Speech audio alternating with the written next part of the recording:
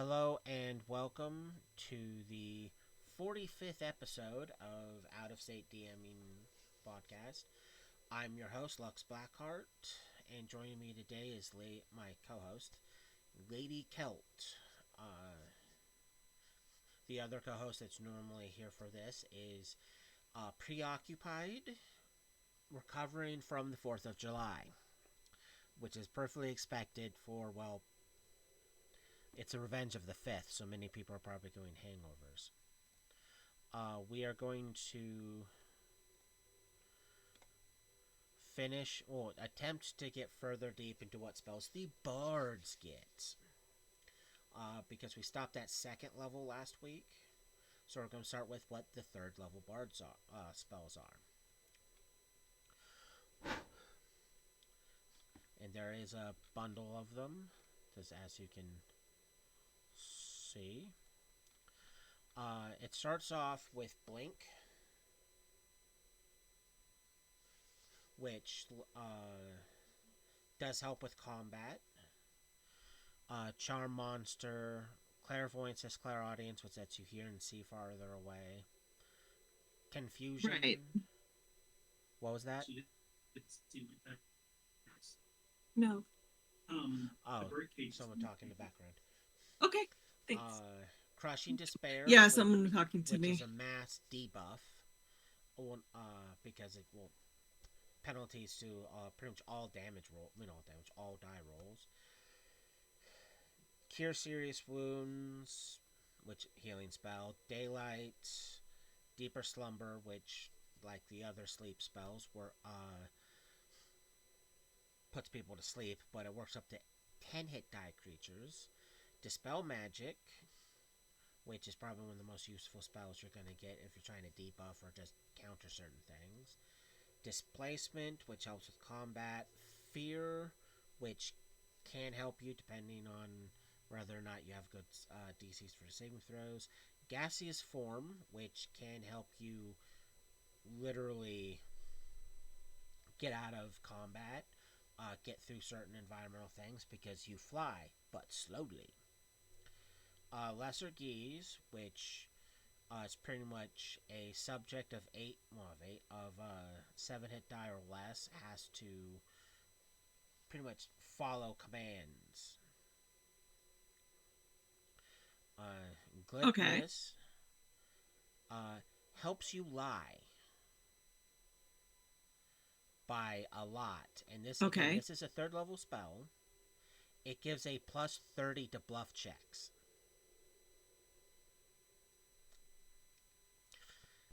That sink in a little bit. A whopping plus 30, which means you don't have to be super high level to get this spell. This is a third level bard spell, and that's a huge bonus.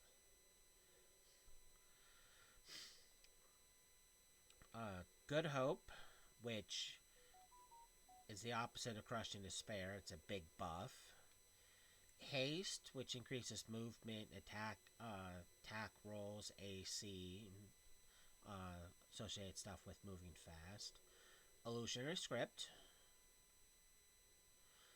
which only intended readers can decipher it, because you're using magic to hide what you're trying to say. Invisible Sphere, which is probably one of the better invisibles because everyone in a particular radius of 10 feet becomes invisible, so you don't have to cast it multiple times to make an entire group invisible. You just have to run around with the orb.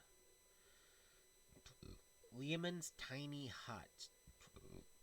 It creates shelter for 10 creatures. That's really, really good for adventures because you literally don't have to worry about environmental conditions. Hot, cold, just like, here's a nice hut we can hang out in. It's kind of like having a summonable lodge that always has the right furnishing for the people that need to be inside it. Major Image adds silent image plus sound, smells, and thermal effects. Phantom Steed. I love Phantom Steed. You get a magical Okay. horse for 1 hour per level. Oh, nice. Yeah. So it's like by this particular point, you're getting it because it's a level 3 spell. You're going to be getting it for a most of the entire day by that point. So you just cast it's like, hey, here's this nice horse I can hop off and ride off with. One of my favorites, but least used because I'm not a big fan of like using curses because it's an easy way to make people rage quit is having simple curses put on them. It's remove curse.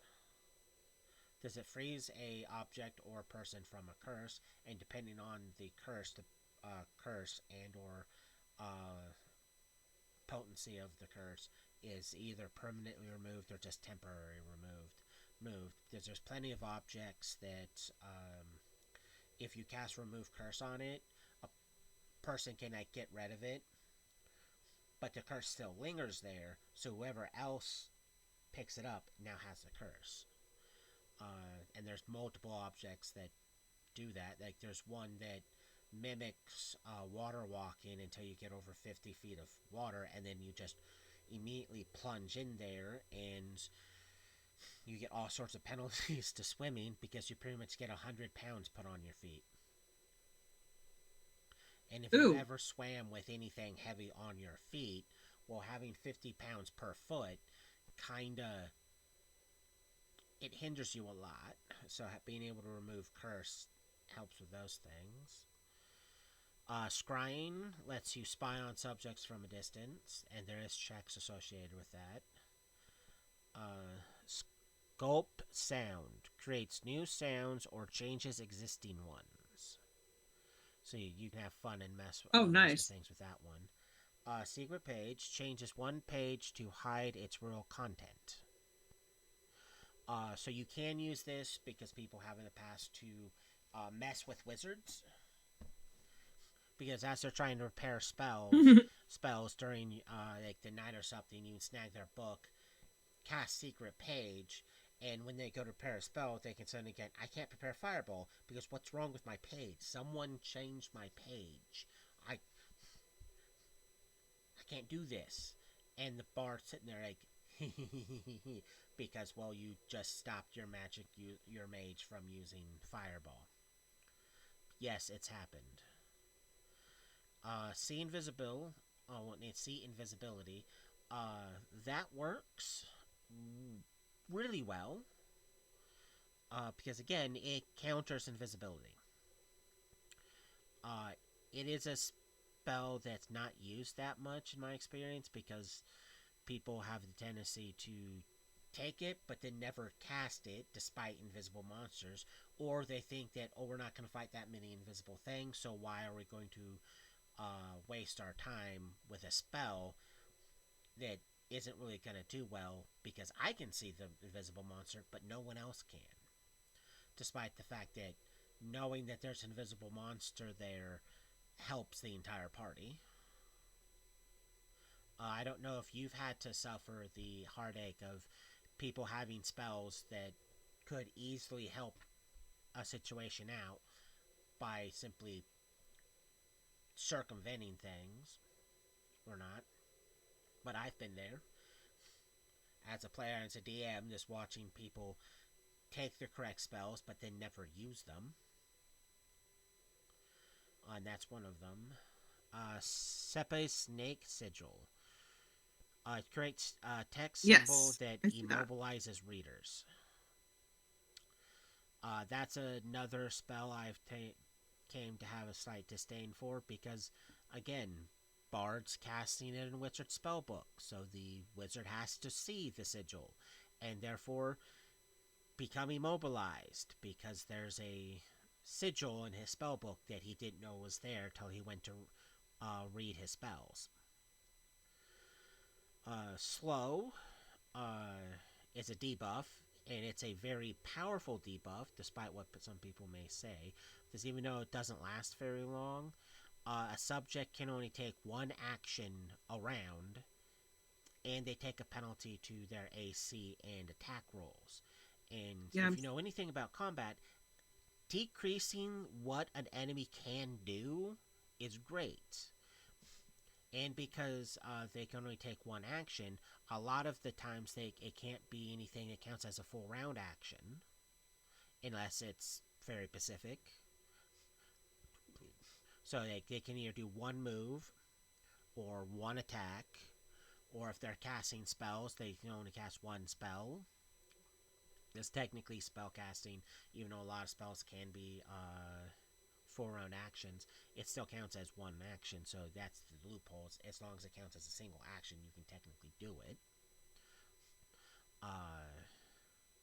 But slow is an easy way to just either get away from something or make combat go so easily because the enemy can't do much.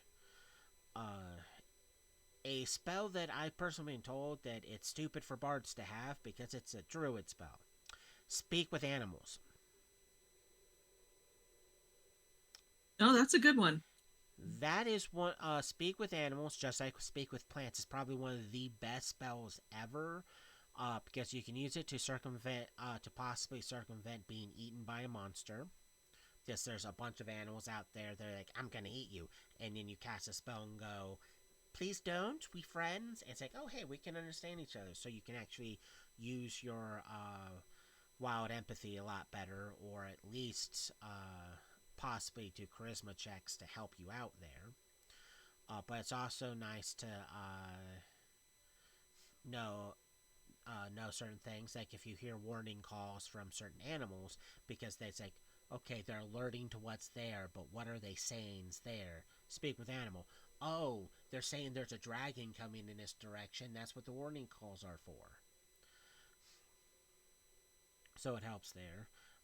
The last one is Summon Monster 3, which does act with all summon spells. It summons a third level equivalent of a monster to help fight for you. And that's it with the level 3 bard spells. Some of them may not seem that good, some of them can seem really good, and most of them I've never personally seen a bard cast. Like Good Hope. I don't see why anyone would not cast Good Hope. Because that's a bonus to attack rolls, damage rolls, saving throws, and skill checks. So it's a all-encompassing bonus. Unlike some other buff spells that only give like a +1 to certain thing, or maybe a couple things. This is, oh, you get all that. Haste is an overused spell that ends up getting people in trouble because they already because like a lot of times people like cast it on me. Okay, boom. Oh, hey, it doesn't work. Why? Because you will have a magical item that's duplicating that effect, and haste does not stack with a magical item giving you haste. And having haste cast multiple times doesn't stack because you can't gain the same bonuses from the same source. So that's one that's always gotten them trouble. But a lot of the other ones, just a lot of people just don't take for some weird reason. They just don't. Do you have any questions about the level 3 bard spells? No, I was just looking at one that would, for example, Keen Edge would be good. Give you better range on your weapons. Doubles a weapon's threat range. Uh, Keen Edge. Oh, I forgot Yeah, you're or reading maybe off the that's. 3. Oh, yeah, I'm Yeah. using Does it say what level it is? third. See, there's a change right there because I'm not seeing Key Hedge as a third level spell for bards. Okay. And for those who are watching, there is a slight difference between 3.0 and 3.5. Like for instance, we just discovered one. Keen Edge in the book she's pulling out of states that it's a third level bard spell. Even though those watching this can see on your screen that Keen Edge, unless I'm blind, which I kind of partially am, Keen Edge is not there. But I know what that spell is. Keen Edge doesn't mean you can attack farther with the weapon. What it does is it affects the critical range of the weapon. So a needing a nat 20 for criticals becomes 19 to 20. Or if you have one of the fewer ones that's like 18 to 20, it becomes 17, like 15 to 20. So you have a better chance of getting critical hits than normal. Still a good spell. Yeah. But it's also one of those weapons that, well, not weapons, a lot of one spells that, despite being good, is rarely used. Uh,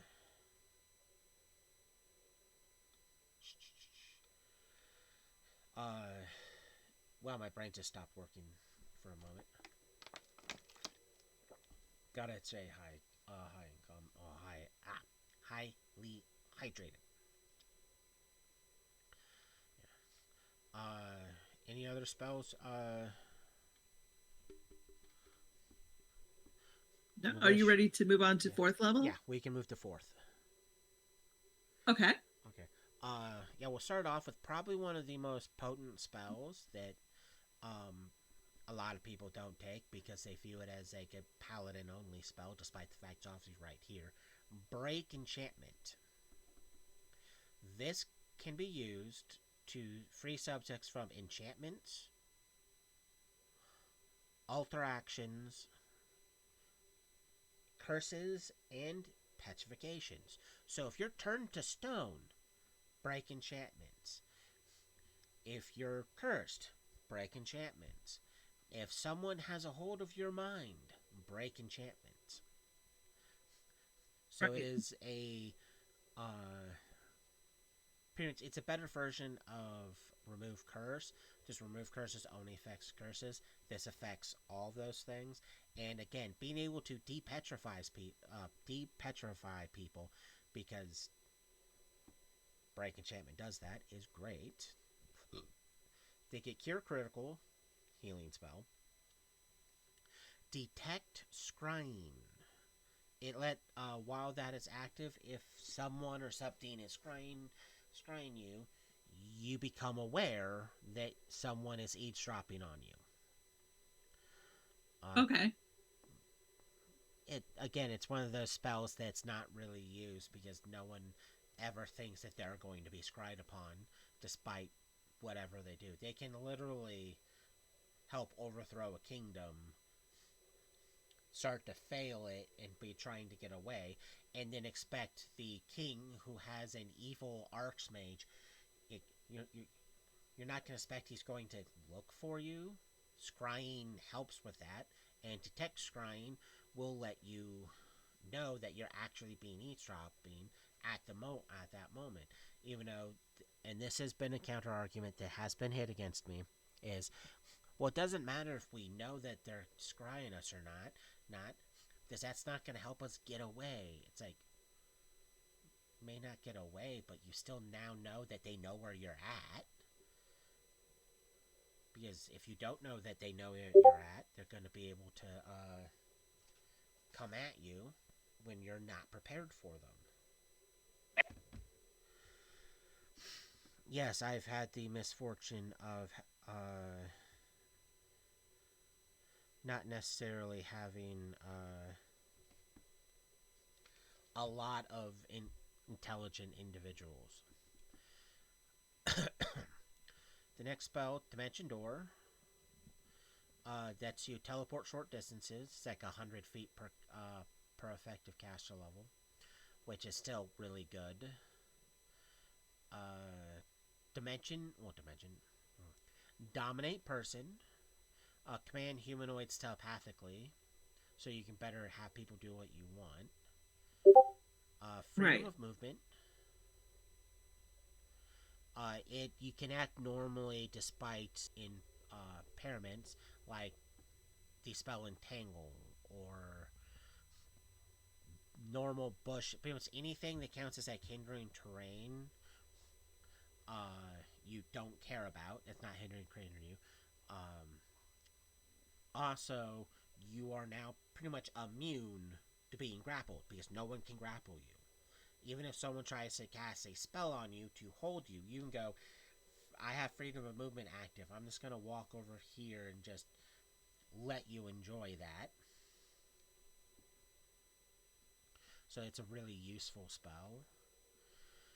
Uh, hallucinatory. English, I swear I speak it's hallucinatory terrain. Pretty much it's an illusion spell. Uh, so you can alter what a area looks like. So a field can look like a forest, a swamp can look like plains, a mountain area can look more like it's covered in just beautiful flowers. So you can just literally make a terrain look different according to how you want based on that spell. So it's real good to help hide Okay. traps, or just make people think they're in the wrong area because you altered the area. Next one's probably a good one. Probably a good one. Was probably a good one to note. Hold monster. It works on the same premise of hold person, but pretty much it's any creature can be affected. Because you have to remember, hold person works on Yeah. humanoids. Hold monster goes unless it's immune to mind affecting effects. It should work on it. So undead constructs and vermin are the only things it doesn't directly work on. So it's still really good. Just like now you're stuck there for a while. Next, we have greater invisibility. Greater invisibility is a great spell, mainly because you can attack while still being invisible without breaking it. The downtime it's it lasts 1/10 the time as normal invisible, which is 1 round per level. So it does not last very long, unless you put like slap extend on it and or are really high level. So it's definitely mainly a combat spell, not necessarily I'm going to sneak around the castle spell. Then we have legend lore. I love legend lore, but the only things is it only really works on tales about a person, place, or thing. So if there is no stories, tales, legends, or pretty much if there's no stories or legends about a person, place, or thing, it auto spells. But if you're trying to fight the legendary dragon of the Volcano Hills, you can legend lore the dragon to get more information on the dragon because he's a legendary creature. So there's going to be tales, there's going to be stories, there's going to be information. But if you're fighting the tavern brawler, who has no information about him, he's just a random tavern brawler. You're not going to get anything because he's a random individual. There's no tales, there's no stories, there's no myths. Uh, So it is limited, but also still really useful because, again, learning random facts about things tells you a lot about that thing. Because normally, in order for there to be tales, legends, myths, and stuff like that, it normally slaps on some sort of age to how long those things have been doing things. Like Okay. Bonnie and Clyde, if they haven't done their things there, they wouldn't have had any. There's been movies, book. There's been all sorts of stuff done about them because their myth, their legend, their story. If they hadn't have done anything there, you wouldn't know who Bonnie and Clyde was. And legend lore can let you know a lot more about Bonnie and Clyde because there's myth and legend, so you can actually know a lot more than everyone else. But if there's no legends about like a third person who helped them do stuff, you're not going to know about the third person. It's kind of like, well, my brain just farted on an example. So if you're So you would use this like if there's a rumor about some big bad evil guy, you could use it for that, Well, or it's less about rumors because rumors don't necessarily always count as some sort of lore for the entity. It that counts as more of hearsay. But if you find out that uh, the big bad guy you're going for has been a big bad guy for, let's say, like 20 plus years, there's bound to be some sort of lore about him somewhere. And the best way to tell that is cast legend lore. If you get information, it means there's myths and there's legends about him. Like, you can accidentally get information and find out that, hey, this story over here about this necromancer that showed up and got wrong because he was trying to help people and give people peace, but he got burnt alive at the stake, but came back as a some sort of undead monster. Well, that's the bad guy you're fighting right now, and it's a revenge plot. So it's like a story you wouldn't think it's associated with what you're doing can easily be associated with what you're doing. So you can accidentally find out random cool tidbits about lore and stuff with this spell by simply testing to see if there's any myths or legends about him with legend lore. Uh, okay. but if it's a no-name uh, wizard that the only thing that can be associated with him is they love casting fireballs, legend lore isn't really going to work on him because he hasn't been around long enough, and the only thing people talk about are he loves fireballs. So it's like it's not actually going to work on that guy. Now, if he's been around for like 30 years, casting all sorts of fire spells, there's going to be all sorts of weird tales about him. Because you do something long enough, you're going to get weird stories. Oh yeah. Let's see. What else do we have here? We Yeah. have Lehman's secure shelter. yeah, I have that one too in this Yeah, book. I love that one.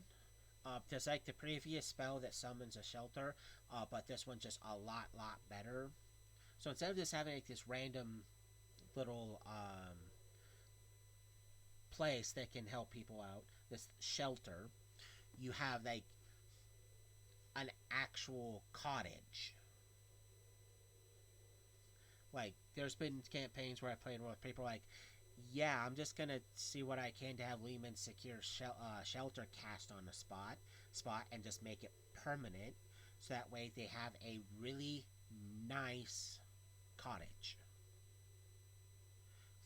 Because it is Okay. a really good spell.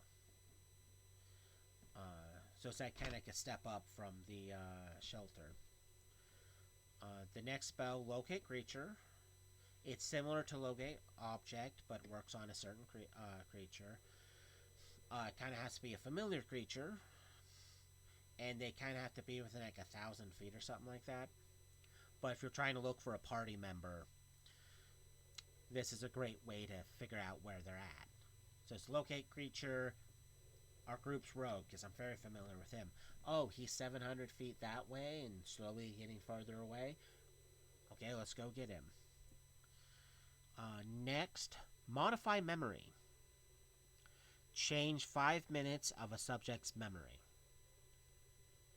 So you can cast this spell and alter particular encounters so that way the a potential bad guy no longer really views you as a bad guy because you changed particular memories involving you to be more positive and just openly friendly, so you can end up turning him into a hostile foe to a more indifferent and or friendly foe. Unless there's more than unless you have to cast it a crap ton of times, which sometimes you have to do that, you can just mess with certain creatures so that way they view you in a more They positive, don't view friendly way. you as Yeah. So like casting okay. it Yeah, on that's a what I was asking. basilisk, so that way the basilisk in its memories it views you as someone who's like in the past saved it from something and oh, it has this positive memory, so it associates you with like being the good guy and a friend, not food or enemy. So it won't turn you invisible. It might still well, not invisible, but might it won't turn you to stone, but it might still try to turn several party members into stone. But it's going to be friendly and stuff to you because you managed to modify its memory to be its friend. So it can be, That would be useful. yeah. So it's one of those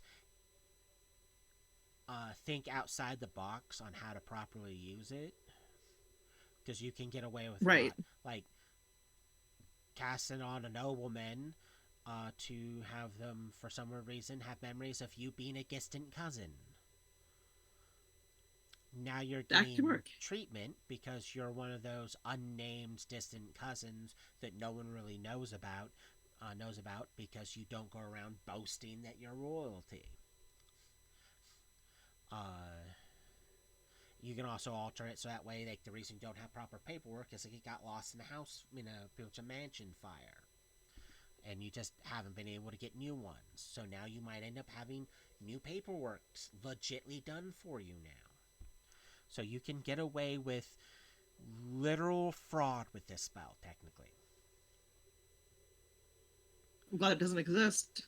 Yeah, Imagine what people would be doing to each other all the time. pretty much. Uh, neutralize poison. I have a love-hate relationship with this spell. Mainly because when you get poisoned, if you fail the initial check, you suffer the consequences. Neutralize Yeah. poison uh,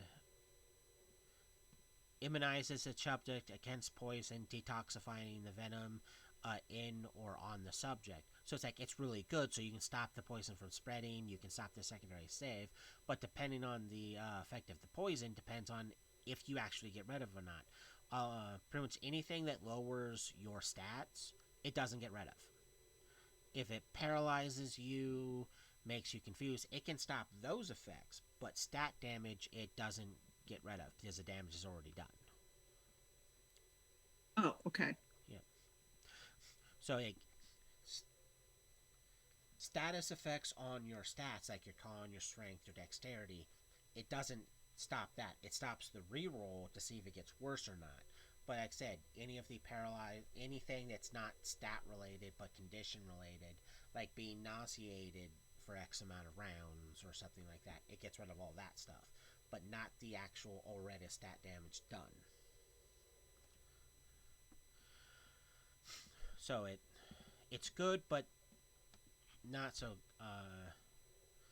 good, mainly because the people who prep it and want to use it also don't use it in time, because it's best to use it within a turn or two of being poisoned instead of waiting till after Right. combat. Because a lot of time after combat, you either forget the person's been poisoned, or more than 10 rounds have passed, and now they have to make the secondary saving throw. So you wouldn't believe how many times I'm like, I know you have the spell. This person's been poisoned. Combat ends. Yeah, I Looking at the person. Oh, you guys are going to be casting those spells. Oh, you're casting those spells. Looks at the person poisoned. Can you roll me another fortitude saving throw, please? Why? Well, because he just declared the 3 spells he's gonna cast, and when he's done casting the second one, neutralized poison was fortitude. not one of them. Yeah, it's like because poison isn't one of them. And oh, was it a con based poison? So, well, con based goes after your con, and you just failed because you already had a huge con drop, and I just rolled high enough. Your character's dead because the poison, because he didn't stop it. Uh, but moving past the spell that has literally made me want to slap players, rainbow patterns. It's lights that fascinate a large amount of creatures, up to 24 hit dice worth of creatures. So, like the previous lower level fascinate spells, this one can either hit one really powerful creature, because again, up to 24 hit dice, or an entire group of low hit die creatures. Like if you're being attacked by 20 goblins, rainbow pattern. Well, all of them, all 20, because they're usually one hit die creatures, have to make saving throws or be fascinated. So yeah, I'm not kidding. It can work. It can be really, really well. Or you it or you can go, okay, this is supposed to be powerful monsters. I cast this on it. You're not even rolling DM. Oh, that's because it's considered autoimmune to that spell. That tells you two things. One, well, if that's one of possible two things. The first thing is it's immune to mental effects, which means a lot of your stuff isn't going to work. Or it's at least 25 hit dice or higher. Both are possible. And if you know it's something that's not typically immune to mental effects, then you know it has more than 20 when it has more than 24 hit dice, so therefore you're in a lot of trouble. I was gonna say, yeah, your day's about to get a whole lot worse. Does typically creatures with 20 plus hit dice are usually either borderline epic CR monsters or RCR monsters. Like the Taras that's over CR 21. It's like, go ahead. Let's go after something that you know is going to pimp slap you. Uh, Next is a actual spell that works on vermin. Repel vermin. It's pretty much like having bug spray on you. Works for a 10 foot radius, so you don't actually have to cast it on everyone. You just cast it on yourself, and they say adjacent to you, and you can keep insects, spiders, and other vermin away from you.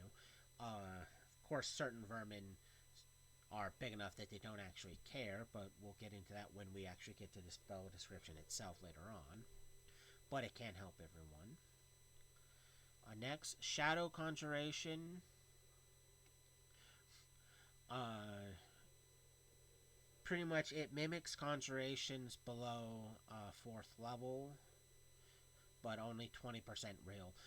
When we get to that spell specifically, we'll go over the actual details on how it works because illusion spells are kind of iffy on their brief description. So getting to the actual spell itself will better clarify it. The next one is a spell not actually taken that much unless the people know yet they're fighting crystalline creatures, is Shout. Now, despite the fact that people only like it if you're going after crystalline creatures, which is very uncommon, uh, it has two effects. It has a chance to deafen all within the cone, and it does 5d6 damage to everything within the cone, which that's 5 to 30 damage that everything is taking, and you have a chance at deafening them. That sounds like a win-win to me, but people barely ever take the spell. That's really weird because I would take it.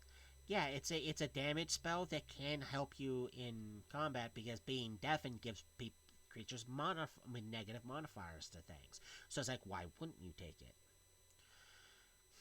Uh, the next spell is again one of my personal favorites. Speak with plants. You can talk to normal plants and plant creatures. Uh,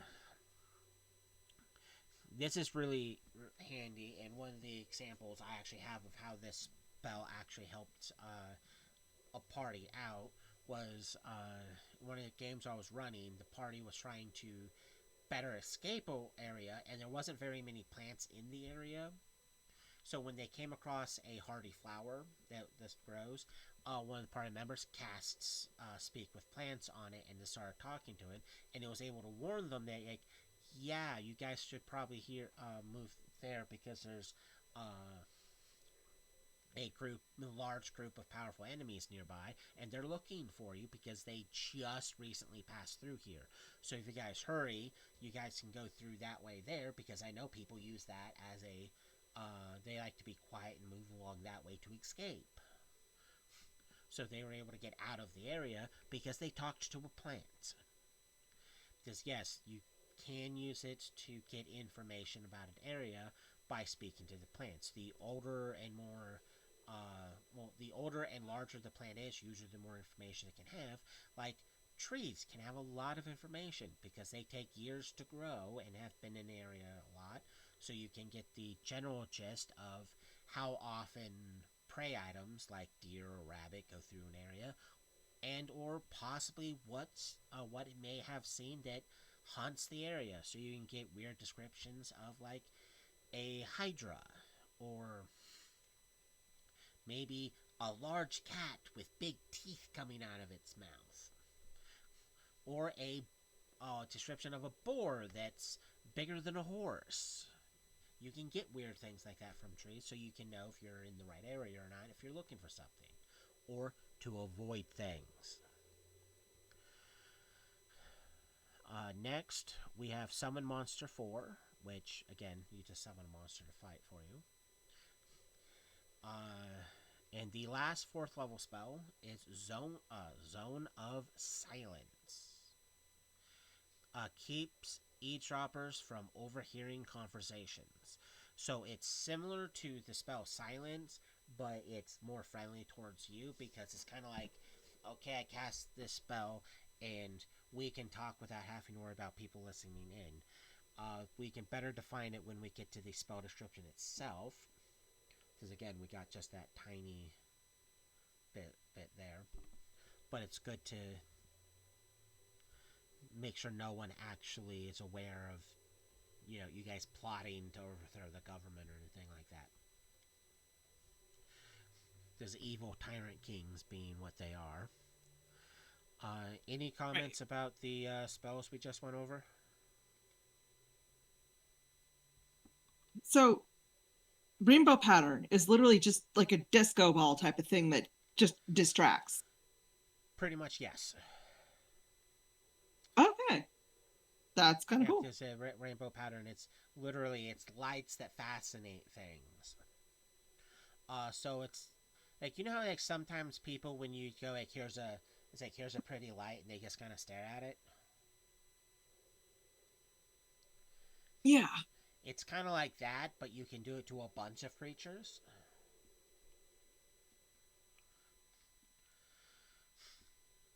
Any other questions about the 4th Okay level then. spells? No, there weren't any. Okay. I'm looking at 5th level, and do you have contact other plane? Uh, no. Okay, that's so odd. What Um. about control water? No. One of the things they did do with when they went to 3.5, because 3.5 is pretty much the revised version of 3, is Right. they took some spells from some classes and only had it so other classes can cast them. Uh, Traded some spells. Uh, they just reworked how the spells, so that way the spells seem a little more conducive to that specific class, and making going for some spellcaster class a little bit more special because they have less spells they are sharing with everyone else. Like, for instance, cure spells. If everyone can cast a cure spell, they would have to make clerics even more special with cure spells. But not everyone can cast a cure spell, so clerics keep their usefulness. Because if everyone can cast those healing effects, why have a class that everyone considers a healer? So even though clerics can spontaneously cast cure spells, they it's still good to know that some classes can help healing, but it's more of a cleric thing. Because like the 5th level bard spell is Cure Light Wounds Mass. Now, if you're not familiar with mass spells, any mass version of a spell pretty much is, I'm going to cast it and it's going to work on multiple targets. And generally, Right. that's when you start to get to the actual range healing spells. There's a lot of times like you can hit a creature from X amount away. Sometimes it's either close or medium range, but you can hit a creature from X amount away. No, two creatures can be more like 30 feet away, so you can like center it on one person and everyone within 15 feet of them can get healing. So when you get to mass spells, even though it doesn't seem like a lot of damage, like a die 8 plus 1, and there is no cap on the mass spells, it may not seem like a lot, but when you're able to do that D8 with that bonus to everyone, you're actually casting less spells to heal everyone because you're just doing a mass healing to get everyone that healing. And that's one of the reasons why I like the mass spells. Okay. Uh, Yeah, I see it. What sounds like that here, only it's like they're calling it healing circle. yeah, some spells were altered. Yeah. Like it's one of the things that you would be somewhat surprised about how many little things got altered, shifted, or just removed simply because they decided to take the executive decision of just doing what they want. Here's a spell that a lot of people do not actually. Well, they prove that they do not actually read the full description of the spell. Greater Dispel Magic. It's as a spell, but plus 20 on checks. That's not actually a plus 20 on the check. And I'm saying this now, even though I could wait till we get to the spell itself. The plus 20, that's the maximum you can have on your Greater Dispel check. Because it's the die roll plus your level, but instead of having the cap be 10, the cap is 20. There's a lot of people that Okay, yeah. it's one of the sentiments that because a lot of people don't actually directly read the full description, they just read that brief little thing right there. They assume that the spell does exactly what it says right there. Like Dream, the spell Dream, sends message to anyone sleeping. If you don't read it, you don't know how far away that person has to be or any of the other conditions. The Greater Spell Magic, same thing. They just see the plus 20 and assume it's a plus 20. They'll even go as far as considering it a bonus to what they already get when it's like that's not how that works. And it falls, people fall victim, many DMs that don't know better, to the I don't want to read the spell, I'm going to assume it does this, and we're going to run with it. And then you get people wanting to quit because you read the spell and go, hey, we've been doing this wrong. Because that's happened several times with me when I was first starting. Because no one gave me advice about being DM. I had to learn the fun way. Here's another good one. False Vision. It fools scrying with an illusion. So while that spell is active, if someone tries to scry on you, they'll see whatever the false vision is. But again, it's if you're unsure that someone's going to be scrying on you, you wouldn't cast a spell because otherwise you're wasting a spell. Here's another good one. Greater Heroism.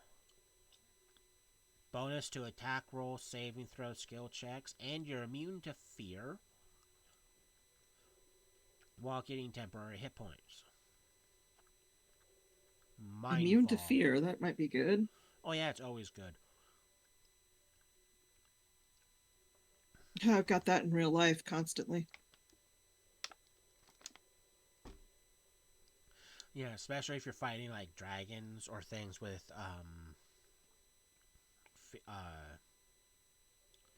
crap, what's it called? Frightful Presence. It counters that. Mind Fog. This is a major debuff. Subject gets subject is in fog, not like physically in fog, but their mind's fog.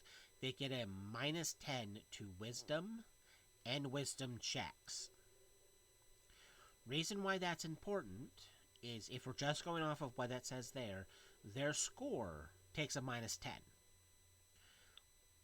which devastates all of their bonuses. And when it says will checks, that can be taken as a layman's term of its additional minus 10 to all checks that are associated with it. Because if your wisdom gets decreased by 10, you get a minus 5 to all wisdom based rolls. And will checks, it could be just the saving throw or other things. Mainly because if we don't actually read the spell itself, some people may consider it everything with wisdom. But in layman's terms, that could be, like I said, a minus 5 to all things associated with wisdom. And when you make a will saving throw, you get additional minus 10 to it. So it's technically like getting a minus 15 to your die roll. Which really helps if you're trying to mess with someone's mind using illusions. But it's I another was going spell to say right after that, it's mislead, yeah, there's mislead, nightmare, uh, mirage persistent arcana, image. yeah, persistent image. There's also seeming, which changes the appearance of one person per 2 levels. Shadow evocation, shadow walk. That's a risky spell. A lot of people don't consider it risky because it expedites travel time. Because you technically are considered moving at an accelerated rate in the shadow plane. So, like, needing to travel 100 miles is not a problem if you're jumping into the shadow plane. The problem is, while you're in the shadow plane, you run the risk of running into things in the shadow plane, such as shadows and shades. Do you know how hard it is to see those in a realm where there's pretty much constant darkness?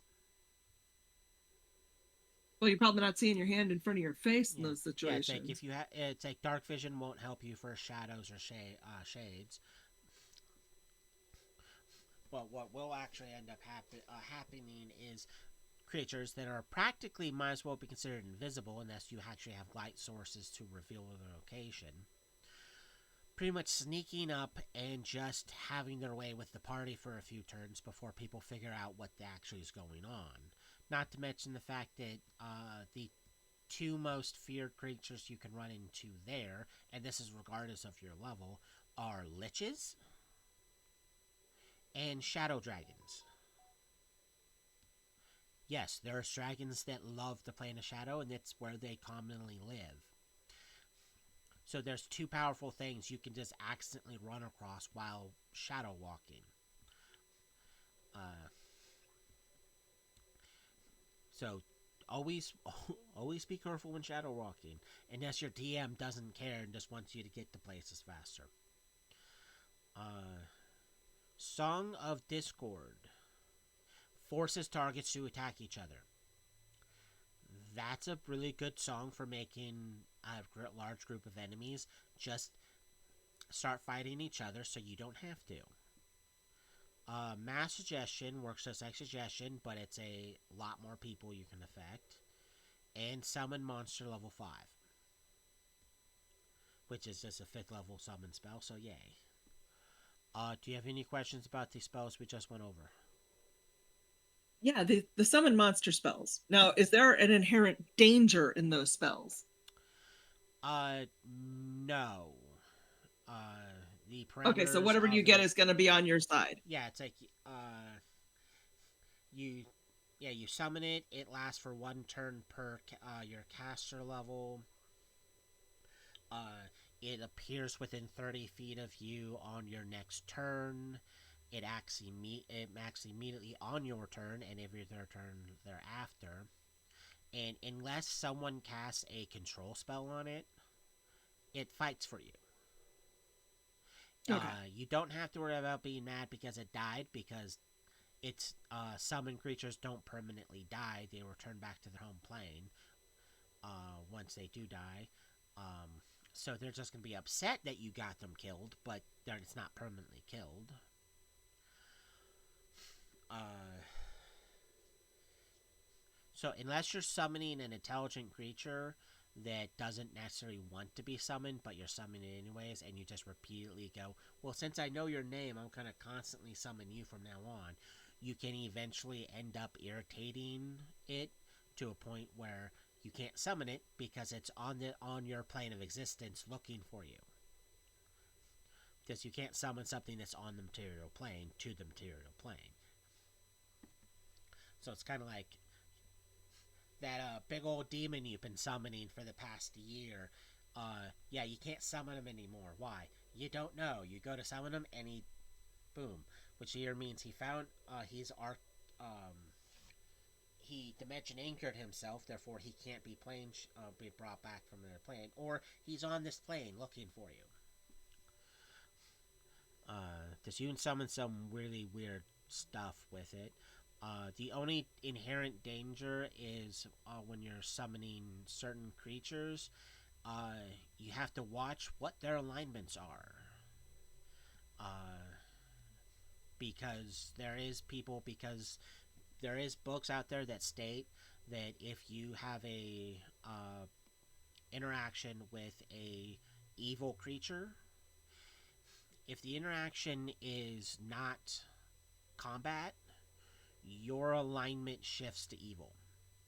So if you're a good aligned bard and you summon a imp to aid you in combat, by the particular wordings and how a lot of people will sit there and try to argue it with you, you're now evil. And if the rest of the party decides to go, okay, that's a friendly creature, it's going to help us in combat.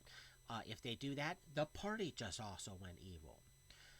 The so if there's certain rules lowering because this book over here exists individuals, you can end up having to go through loops and bars because your alignment just shifted. I'm not that big of a asshole, pardon my French. There's a summon monster's a summon monster. The only reason I'm going to have you shift alignment is what you have it do. Like if you summon a monster Okay. specifically to be a sacrifice, one, the way the spell works kind of makes it mute point because it's not permanently dead or anything. But it's like, no, you're not going to be the good guy and actually sacrifice things. No, that's an evil thing right there. Right. Yeah. So I'm more like, it's less about what you summon and more about what you do because again, it's there to help you. It's there to aid you. It's there to help an encounter, help solve something, not be cannon fodder and or some sort of sacrifice because it can't even go too far from you. I think it can't go more like 60 feet or something like that before it auto dispels. So if you have it run out of bad guy and then you run this way, the bad guy's not being stopped because you just counteracted your own spell. Uh, But when we get to summon monsters, we'll be going over the full list of what can be summoned with what spell, what level of the summon monster. Uh, any other questions? No, I think you got it pretty well. Okay, 6 level spells, and this is the last installment of Bard spells. Because Bards can only cast up to 6th level. So regardless of what level they get, they're kind of stuck there. Unless we get into epic stuff, but that's a book for another time. They have Analyze Dwarmir, which reveals magical aspects of a subject. Animate Object, which pretty much is like you touch a mannequin and now animates and will fight for you. Mass Cat's Grace, which is pretty much everyone's getting bonuses to their decks. Mass Charm Monster. Because it works just like Charm Monster, but affects all within 30 feet. Mass Okay. Cure Moderate Wounds, which is not a great healing spell, and now you're having it affect a lot more people. Mass Eagle Splendor, which is the same as Eagle Splendor, but more people. Eye Bite. Target becomes panicked, sickened, and comatose. So if the when we get to a better description of the spell, we'll get into the grit of Eye Bite.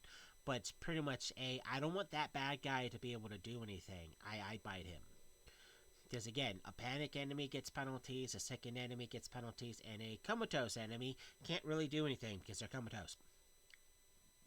So that is a very potent spell, which I've never witnessed being cast before. So it's one of those, why don't you have it? It works spells. The next one is Find the Path. I love this spell because it shows you the most direct way to a location. Like literally, if you want the best way to get to the closest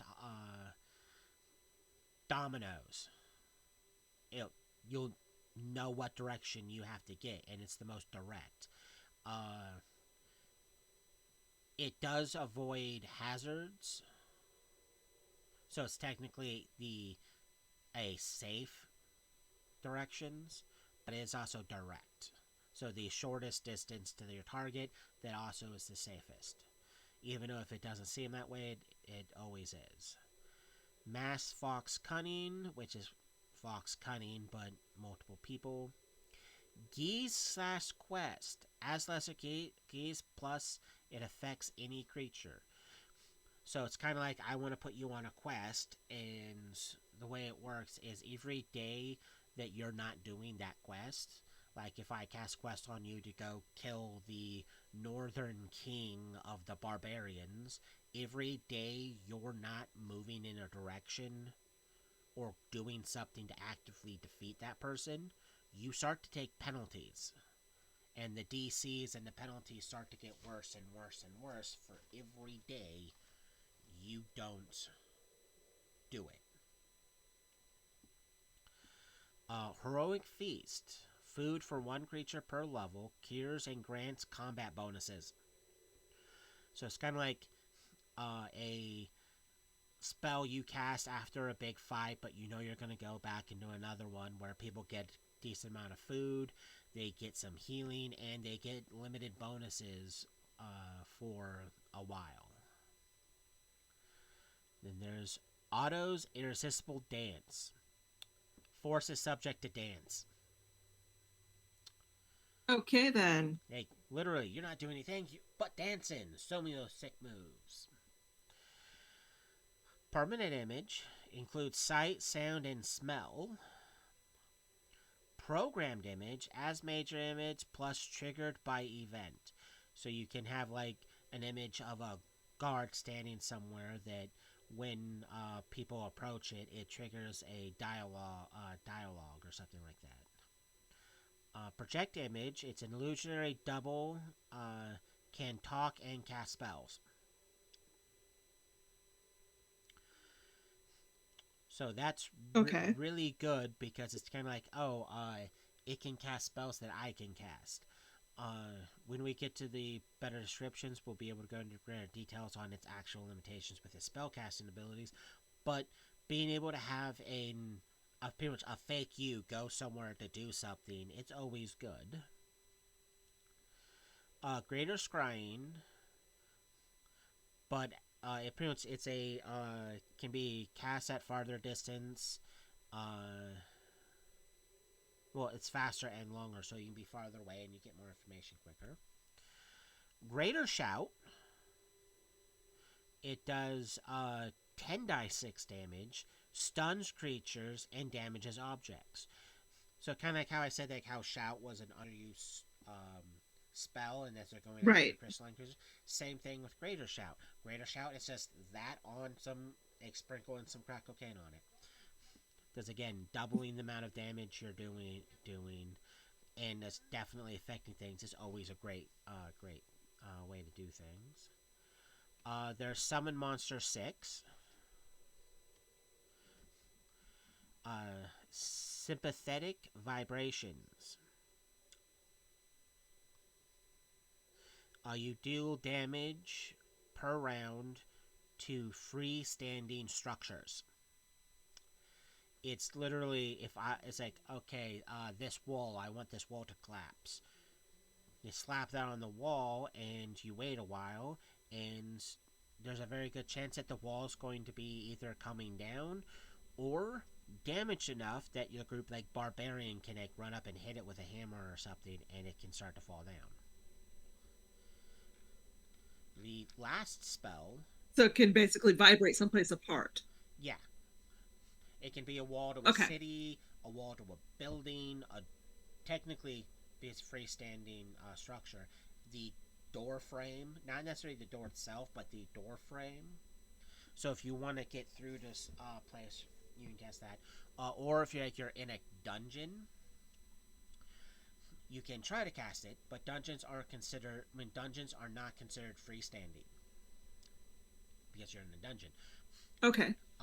Unless for some reason you're in a dungeon room that's big enough to have a building inside the dungeon. The building itself technically is freestanding because it's freestanding in the dungeon, but the dungeon itself does not count as freestanding. So you can cast it and have it instantly fail because, again, not freestanding.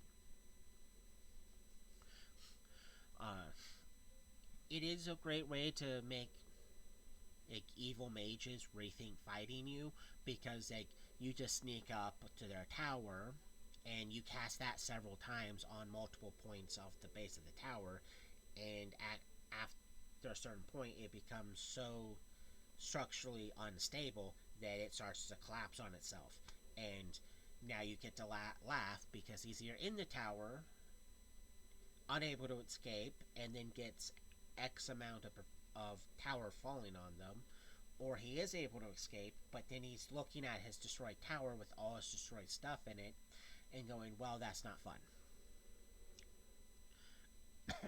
So it's a way to upset the big bad guy without defeating the bad guy. Or just to be a complete nightmare.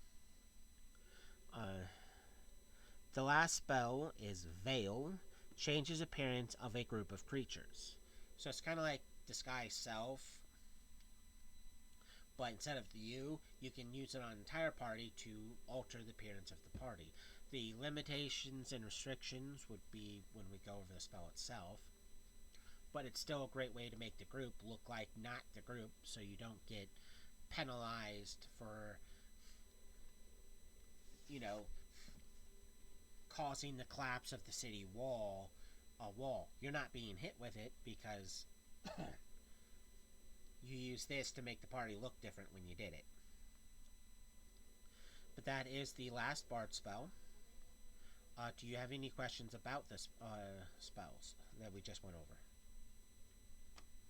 No, no. Not gonna say it is Yeah, getting on. It's like 7:16 here. Yeah, we may have started Are a we little doing late. right? Are we doing cleric spells next time? Next week, yes, we'll be starting with cleric spells. Okay, I will track down a 3.5 PDF and I will figure out and outline which ones I'm gonna have some questions on. Yeah, clerics. Covering cleric spells is gonna probably take us a wee bit while longer than bards because they go to 9th level. Right. Does bards go to 6? Wizards, sorcerers, druids, and clerics go to 9th, while paladins and rangers go to 4th. So paladins and rangers, they're going to be easy because they don't get a crap ton of spells. The other people are going to be a while. We're going to take probably an episode or two per spell list. If it's anything to go like what with Bard list, where it took us 2 episodes to cover their list, then we're probably getting 2, maybe 3 episodes just out of cleric spell list. Okay. But we will be wrapping up our 45th episode. For those who are watching and watched, thank you.